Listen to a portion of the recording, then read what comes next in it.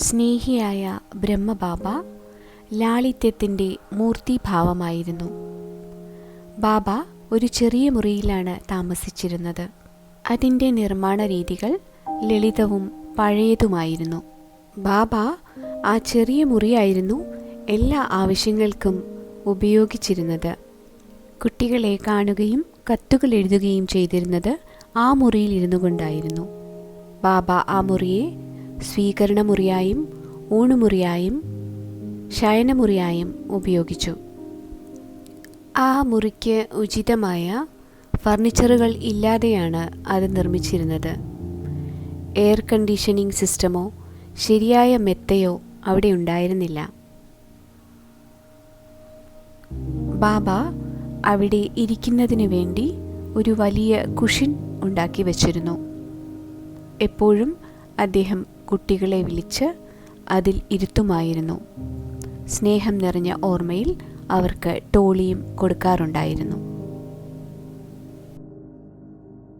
ബ്രഹ്മബാബ കട്ടിലിൽ വെളുത്ത ബെഡ്ഷീറ്റാണ് വിരിച്ചിരുന്നത്.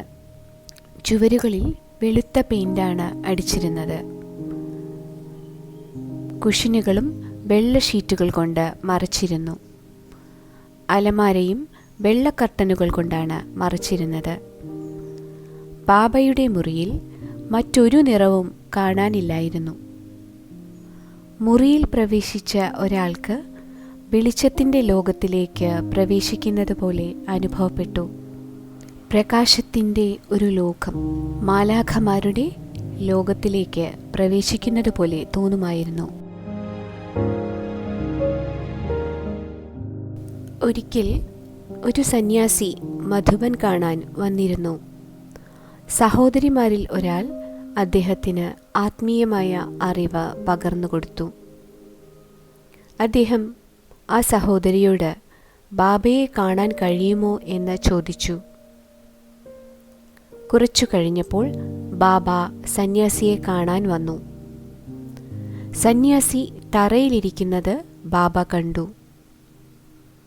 പെട്ടെന്ന് തന്നെ ബാബ സഹോദരിമാരിൽ ഒരാളോട് ഒരു തലയിണ എടുക്കാൻ ആവശ്യപ്പെടുകയും ആ കുഷനിൽ അദ്ദേഹത്തോട് ഇരിക്കാൻ പറയുകയും ചെയ്തു. ബാബ സ്വയം തറയിൽ തന്നെ ഇരുന്നു. സന്യാസിയെ കുഷനിൽ ഇരിക്കാൻ നിർബന്ധിച്ചുകൊണ്ടുള്ള ബാബയുടെ പെരുമാറ്റം സന്യാസിയെ ആഴത്തിൽ സ്പർശിച്ചു. ബാബ അദ്ദേഹത്തോട് പറഞ്ഞു, മധുരമുള്ള കുട്ടി, നിങ്ങൾ കാരണമാണ് ഭാരതം ഇന്നും പവിത്രമായി നിലനിൽക്കുന്നത്. നിങ്ങളെല്ലാവരോടും ഞങ്ങൾക്ക് വളരെയധികം ബഹുമാനവും സ്നേഹവുമുണ്ട്.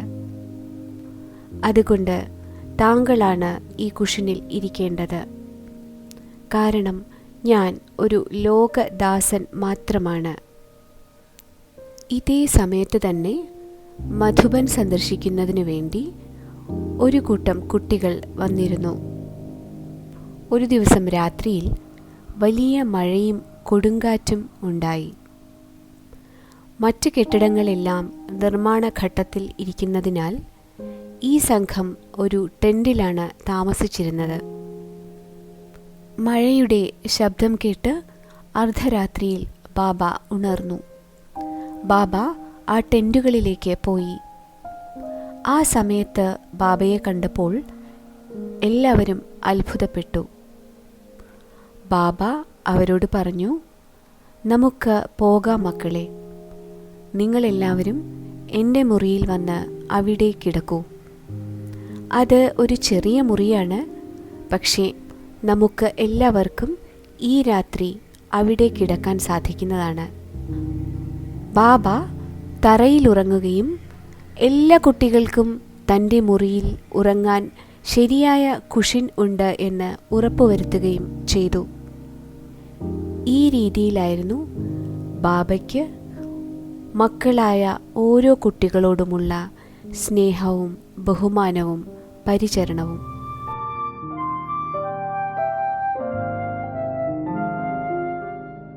പാണ്ഡവ ഭവൻ എന്ന പുതിയ കെട്ടിടം നിർമ്മിക്കപ്പെട്ടു. എല്ലാവർക്കും താമസിക്കാൻ മതിയായ മുറികളുണ്ടായിരുന്നു. അതിൽ പല കുട്ടികളും ബാബയോട് ആ മുറികളിലൊന്നിൽ താമസിക്കാൻ ആവശ്യപ്പെട്ടു. അപ്പോൾ ബാബ അവരോട് ഇങ്ങനെ മറുപടി പറയും: കുട്ടി, ഇതൊരു പഴയ ലോകമാണ്. ഈ ലോകത്ത് പുതിയതായി ഒന്നുമില്ല. ശിവബാബ ഈ പഴയ ശരീരത്തെയാണ് സ്വീകരിച്ചത്. അതിനാൽ ബാബയുടെ മുറിയും പഴയതായിരിക്കണം. ബാബ പുഞ്ചിരിച്ചുകൊണ്ട് തുടർന്നു പറയും: ഈ കെട്ടിടങ്ങൾ സേവനയോഗ്യരും എനിക്ക് വളരെ കാലമായി നഷ്ടപ്പെട്ട് ഇപ്പോൾ കണ്ടെത്തിയതുമായ കുട്ടികൾക്ക് വേണ്ടിയുള്ളതാണ്. ഞാൻ നിങ്ങളുടെ ലോകത്തിൻ്റെ ദാസനാണ്. ദാസന്മാർ എപ്പോഴും സർവൻ്റ് ക്വാർട്ടേഴ്സിലാണ് താമസിക്കുക. ലോകത്തിൻ്റെ യജമാനന്മാർ ആകാൻ പോകുന്ന എൻ്റെ കുട്ടികൾക്കുള്ളതാണ് പുതിയ വീടുകൾ.